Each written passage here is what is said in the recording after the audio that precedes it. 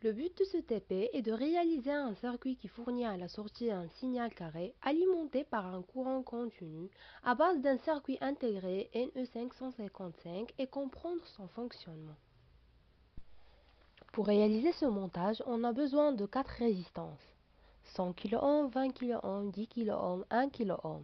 Donc leurs principaux caractéristiques est d'opposer une plus ou moins grande résistance à la circulation.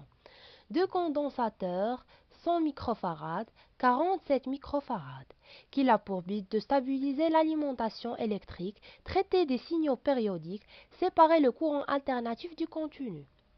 LED qui joue le rôle d'une diode électroluminescente, une tension d'alimentation de 6 volts, une maquette DC, un circuit intégré NE555 utilisé pour la temporisation ou en mode de multivibrateur et représenté en boîtier d'île à 8 broches. Voilà le schéma externe de NE555.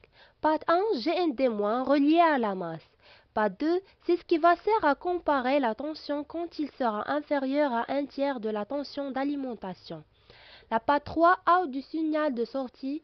La patte 4, reset, remise à zéro, interruption de la temporisation. La patte 5, accès à la référence interne du tiers de VCC. La patte 6, comparer les deux tiers de NE555 quand ils changent de comportement, quand la tension est entre un tiers et deux tiers. La patte 7, barre qui sert à déclencher le condensateur de temporisation. La patte 8, c'est de l'alimentation comprise entre 5 volts à 15 volts.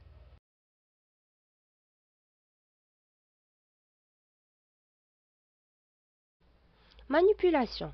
La patte 1 liée à la masse, la patte 2 liée à la patte 6. Le condensateur de 47 microfarad lié à la patte 2 et la masse. La résistance de 10 kΩ liée à la patte 6 et 7. La résistance de 20 kΩ liée à la patte 7 et la tension. La résistance de 100 kΩ liée à la patte 3 à la LED liée à la masse. La patte 4 et 8 liée à la tension. On branche l'alimentation, la LED s'allume et s'éteint. Pour modifier la vitesse du clignotement, on peut changer la résistance de 10 kΩ à 1 kΩ et jouer aussi sur la capacité du condensateur. Cette configuration permet d'utiliser le 555 comme oscillateur qui va générer un signal carré sur sa sortie. Voilà le schéma réalisé sur Resist du circuit intégré NE555.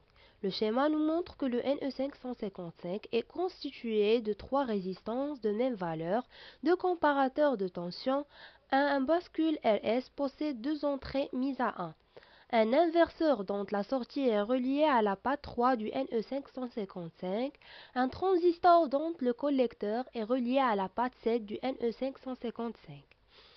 Lorsque la sortie Q du bascule vaut 0, le condensateur se charge à travers les résistances R1 et R3. La LED s'allume. Lorsque la sortie Q de bascule vaut 1, le condensateur se décharge à travers la résistance R1. La LED s'éteint. Conclusion. Le fonctionnement de NE555 est de surveiller le voltage sur la borne positive d'un condensateur dans le but de maintenir ce voltage entre deux valeurs limites.